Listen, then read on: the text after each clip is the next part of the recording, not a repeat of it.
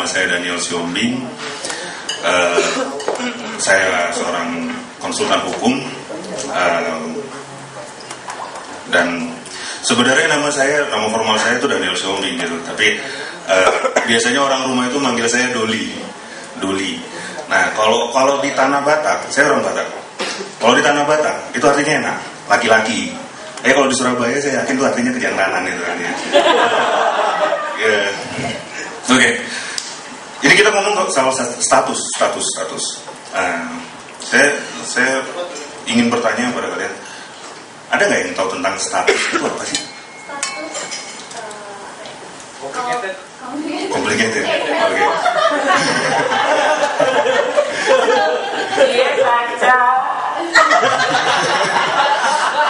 Oke. Iya.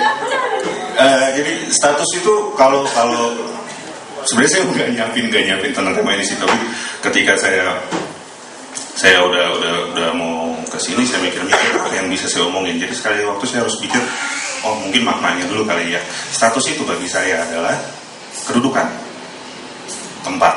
Bukan tempat sih, tapi kedudukan. Kalau kita berkata tentang status sosial, berarti kita tentang kedudukan kita dalam lingkungan sosial. Seperti itu. Seperti saya adalah seorang konsultan hukum, saya belum menikah dan statusnya itu status kita belum status kan gitu. Dia di lingkungan sosial kan gitu. Kalau misalnya kita bilang kawin dan kita mendekati wanita, kita kan dipertanyakan statusmu apa kan gitu. Kan itu kan berbahaya gitu. Nah, jadi ketika saya bertemu dengan orang-orang dan saya menyatakan saya adalah seorang konsultan dan saya belum menikah, orang memandang saya sebagai apa adanya saya, sesuai apa yang saya statuskan gitu kan, sama seperti anda semua gitu. Jadi status anda adalah karakter anda, kan seperti itu gitu. Tapi status itu sendiri maknanya sekarang itu berubah. Menurut saya berubah, gitu. Kalau kita perhatikan, karena status artinya adalah kedudukan, gitu. Saat ini di zaman modern seperti ini, di zaman kita mulai punya, kita belajar yang namanya gadget, teknologi yang maju, gitu kan. Nah, kita sendiri bingung, gitu kan. Status itu berubah. Kita lihat di web sosial, misalnya Facebook, nulis status, perbarui status Anda, gitu. Gimana caranya saya mengubah kedudukan sosial saya setiap waktu? Setiap apa-apa kita mau perbarui status Anda nggak jelas juga gitu kan. Apalagi kalau yang namanya di BlackBerry gitu. Di BlackBerry nulis status. Padahal kalau saya agak gaptek sih sebenarnya ya. Di sini di status dibilangin. Ada yang dibilang status, ada yang dibilang private message. Pesan pribadi. Nggak tahu apa gunanya, tapi Anda menuliskan segala macam gitu. Menuliskan segala macam tapi bukan status Anda gitu. Ya kan? Nggak mungkin kita tiap hari status kita tuliskan karena saya karyawan dan itu nggak berubah-berubah. Pasti orang menuliskan apa gitu kan, banyak hal lah, seperti puji-pujian atau dia sedang mengeluh pada orang, atau dia sedang bersyukur atau masalah dia ngomong apa aja gitu. Dan akhirnya status itu sendiri, kedudukan status itu maknanya banyak jadinya, maknanya banyak. Masih 2 menit ya saudara-saudara. Saya kira sudah selalu lama tadi. Saya nggak ada lawan ini kan. Nah, yang berbahaya adalah ketika kita menulis di status di jejaring sosial. Kalau kita lihat banyak kayak di TV, saya agak kepo juga sih ngeliat artis-artis itu kan, tiba-tiba mereka bilang mereka menyela siapa, akhirnya mereka dituntut di LP. Gak ngerti kenapa gitu. Emang kalau hati-hati juga ketika kita menulis di status dan kita sedang gak suka sama orang, kita akhirnya menyela orang. Sebaiknya hati-hati menurut saya, karena kalau lawannya gak suka, ya udah. Kecenderungan saya, kalau misalnya teman saya lagi bermasalah dengan teman saya menulis di status di statusnya dia, saya akan berkata, kamu kenapa? Itu lebih enak.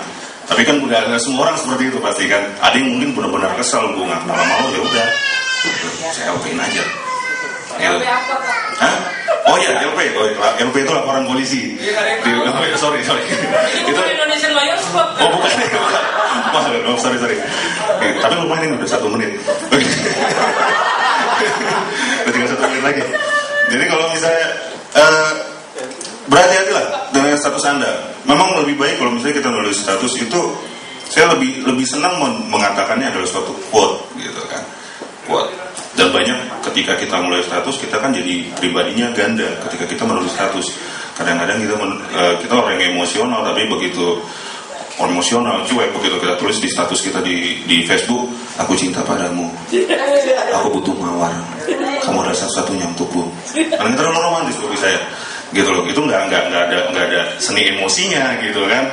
Setahu saya ada orang dia pemalu, tapi ketika dia sedang mungkin dia sedang kesal sama orang, dia bilang ati, gitu kan, ati, gitu.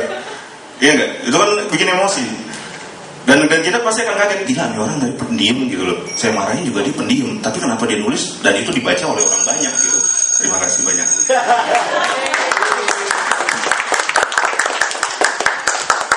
Satu pertanyaan, manggilnya apa ya? Daniel. Daniel ini apa namanya, selain di sini udah ada pengalaman buat ngomong di depan banyak orang nggak? Kalau yang kalau runtutan, kalau orang-orang yang udah dikenal dan orang yang punya tujuan yang sama dan orang yang membutuhkan saya udah pernah. Maksudnya kalau saya kantor dong, kantor. Kalau kerjaan kantor atau presentasi karena orang membutuhkan saya sudah pernah, tapi kalau begini banyak ini saya belum pernah. Tapi asik ya, enjoy nggak? Ternyata enjoy. Jadi 360 tuh sebenarnya bikin kita enjoy kan, intinya. Ya udah. Nggak ada likes-nya juga masih on the way. Likes jempol. Iya, sebentar lagi di Mangga 2 soalnya tadi naruh. Oh gitu. Ya udah, aku minta likes-nya dulu dong. Banyak. Ya udah, langsung ke ini komentar dari speakers. Baik. Sekarang di sebelah saya sudah ada speakers analyst juga. Beliau adalah seorang penulis tapi juga konseptor dari beberapa acara televisi yang sangat sukses di Indonesia ini. Dan saat ini dia sedang mencoba membuat program-program lain menuju luar negeri juga, karena dia tidak hanya mau di TV nasional.